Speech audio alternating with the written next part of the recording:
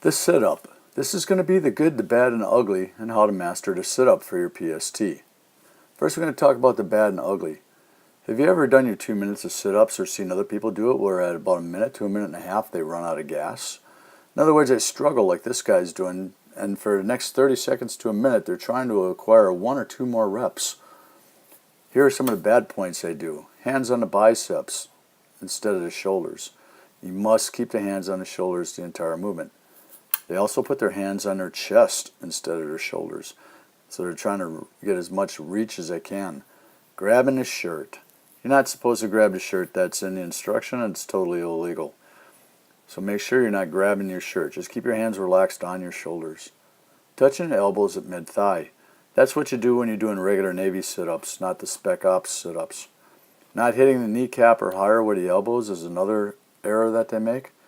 So you can't just hit mid-thigh. You must come up all the way and get the elbows to the kneecaps or higher in order to have a complete repetition.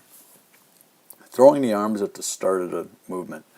A lot of guys will try to use momentum and throw their elbows into the movement. This is illegal and you'll have reps deducted from you, or they might even make you stop if they tell you twice to correct that.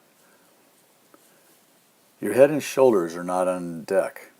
Okay, you must have a starting point with the head and the shoulders each time. If you're sitting there and your shoulder blades are not touching the ground, they can put a foot underneath your shoulders, then those reps will not count and you're going to get corrected. Now let's talk about the good. Here's the right way to be able to do sit-ups. Always start off with your head on the deck. By having your head on the deck, you're going to disengage your upper abs and you're going to perform what I call as a micropause. So if you can uncontract or disengage any of the muscles at any time during a movement, you're going to get more reps because you're saving a lot more energy. So micropauses are crucial by having your head start relaxed on the deck. Again, this will help relax your upper abs. Thrust up and exhale at the start of the movement. So get your momentum going. Give a good thrust and then relax your abs on the way up. Keep your head and neck in a natural position. Always be looking up and forward. Don't be putting your chin to your chest. Your arms are always perpendicular to your upper body at all times. That will eliminate you from being able to throw your arms up and trying to use momentum. The other thing to take into account is how you actually count during these exercises.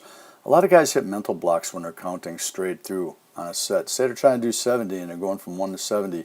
At one point they're going to hit a mental block and slow down. So if you take it in smaller bites like a 2 count, a 5 count, or a 10 count, where, for example, for every 10 reps you do 10, and then you start to count over again. Mentally it becomes a lot easier to be able to perform it that way. And it also gives you a pause point, a point to where if you need to take a physical break and take a breath, you can be able to do so. Now on these sit-ups, watch this gentleman here where he has his head flat on the deck. He thrusts up, lunges, keeps his chin off his chest, hits his elbows to his knees, and then totally relaxes and rolls back down to the start of the movement. By doing all these steps, you'll be able to maintain a full 2 minutes of the exercise and increase your numbers drastically. So for more information, go to my website,